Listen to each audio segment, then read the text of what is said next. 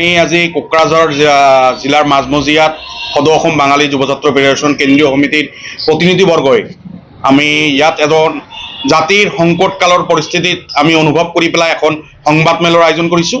এই সংবাদমেলত সমূহ সাংবাদিক বন্ধুলৈ আমাৰ সদৌ অসম বাঙালী যুৱ ছাত্ৰ ফেডাৰেশ্যনৰ পৰা আমি অভিনন্দন আৰু ধন্যবাদ জ্ঞাপন কৰিছোঁ আপোনালোকে ইয়াত উপস্থিত হোৱাৰ কাৰণে। পোনপ্ৰথমে আজি আমি কিয় সংবাদমেল আয়োজন কৰিবলগীয়া পৰিস্থিতি হৈছে, কাৰণ আজি অসমত থকা হিন্দু বাঙালীয়ে আমি অনুভৱ কৰিব পাৰিছোঁ বা আমি সদৌ অসম বাঙালী যুৱ ছাত্ৰ ফেডাৰেশ্যনে আমি অনুভৱ কৰিব পাৰিছোঁ যে জাতিৰ সংকট আমাৰ এতিয়া আহি পৰিছে। আৰু যিটো সংকট আমি সংকট বুলি ক'ব নোৱাৰি, মহা সংকট বুলি ক'ব পাৰি। কাৰণ যি সময়ত গোটেই অসমত বিভিন্ন জাতি জনগোষ্ঠীক একত্ৰিতভাৱে গঢ় লোৱা বৃহত্তৰ অসমীয়া জাতি গঠন প্ৰক্ৰিয়াৰ কথা কৈ হিন্দু বাঙালীসকলক বৰ্তমানৰ চৰকাৰ বিজেপি চৰকাৰে বঞ্চিত কৰি ৰাখিছে, ইয়াতকৈ দুখ লগা কথা আৰু লাজ লগা কথা আৰু বেলেগ হ'ব নোৱাৰে।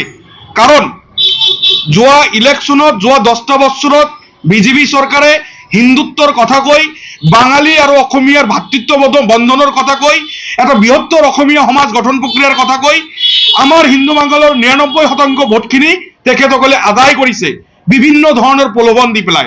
প্ৰলোভনবিলাকৰ ভিতৰত এনেকা আমাৰ ডিভোটাৰবিলাক উচ্ছেদ কৰিব, ডিভোটাৰ নস্বাত কৰিব, খতম কৰিব, আমাৰ ডিটেনশ্যন কেম্প ভাঙি পেলোৱা হ'ব, আমাক যিবিলাক ৰাজনৈতিক অধিকাৰ, আমাৰ শৈক্ষিক অধিকাৰ, আমাৰ সামাজিক অধিকাৰ আমাক প্ৰদান কৰিব বুলি। কিন্তু আজিলৈকে যোৱা 11টা বছৰত আজিলৈকে এই বিজেপি চৰকাৰে বা হেমন্ত বিশ্ব শৰ্মাৰ চৰকাৰে বা দিলীপ শইকীয়াৰ ৰাজ্যিক বিজেপিৰ চৰকাৰে আজিলৈকে কিন্তু আমাক কোনো ধৰণৰ সঁহাৰি যোগোৱা নাই। সেইকাৰণে আমি আজি লাজ লাগিছে বিজেপি চৰকাৰৰ প্ৰতি, আমাৰ দুখ লাগিছে আমাৰ জাতিটোৰ এই দুৰৱস্থা চাই পেলাই। আজি একমাত্ৰ জাতীয় সংগঠন বাঙালী যুৱ ছাত্ৰ ফেডাৰেশ্যনে আমি সংবাদমেল পাতিছোঁ।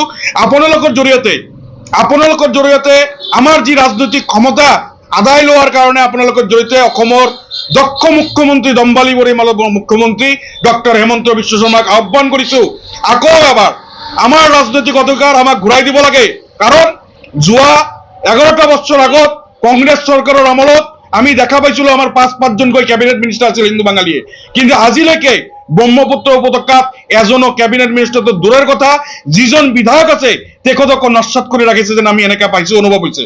কাৰণ এই বিধায়কজনেই এটা সময়ত আমাৰ দিছপুৰ বিধানসভাত কেতিয়াবা বাঙালীৰ হকে এবাৰ মাত মাতিব পাৰিছিলে, কিন্তু আজিলৈকে বাঙালীৰ যিবিলাক সমস্যা সামাজিক ৰাজনৈতিক বা আমাৰ যিটো জাতীয় সমস্যাবিলাক কোনেও মাত মাতিব পৰা নাই।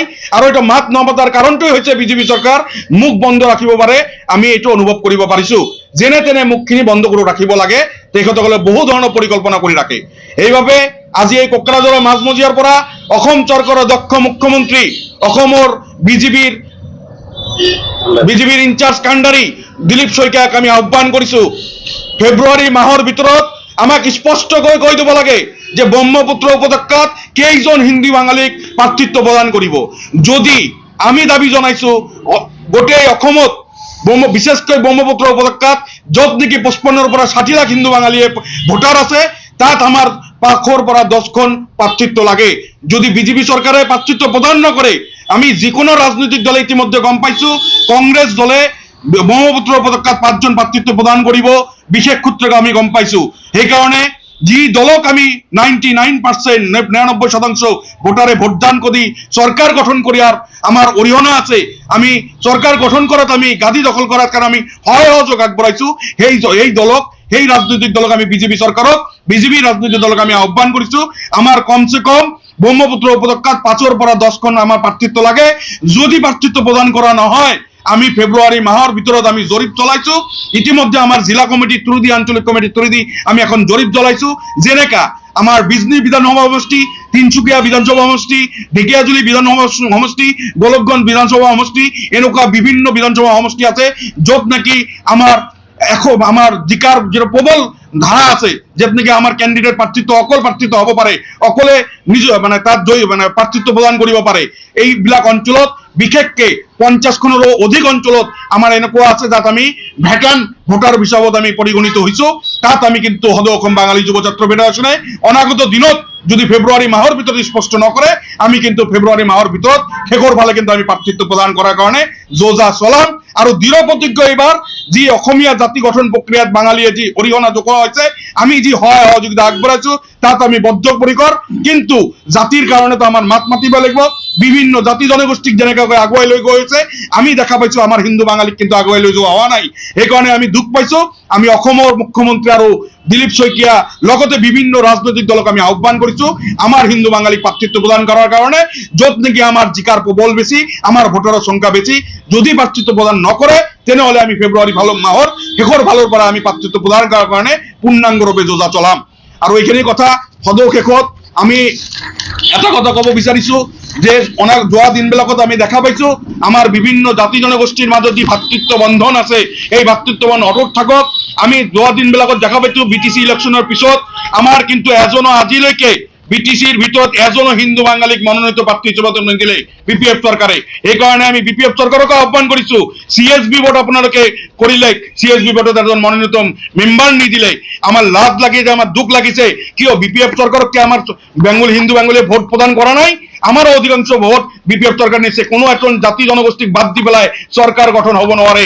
সেইকাৰণে হাগ্ৰামা মহিলাই ডাঙৰীক আমি আহ্বান কৰিছো অতি শীঘ্ৰে CSB ভোটত আমাৰ হিন্দু বাঙালীক মনোনীত কৰিব লাগে। আৰু যিবিলাক আমাৰ ডিপাৰ্টমেণ্ট ৱাইজ যিবিলাক আমাৰ প্ৰাপ্য অধিকাৰখিনি, এই প্ৰাপ্য অধিকাৰখিনি আমাক দিব লাগে। আৰু অসমৰ দক্ষ মুখ্যমন্ত্ৰী, আমি হিন্দু বাঙালী সমাজ এতিয়া আমি আপোনালোকক আৰু এবাৰ কৈছো, আমি কিন্তু এতিয়া জাগিছো আৰু আমি জাগিম।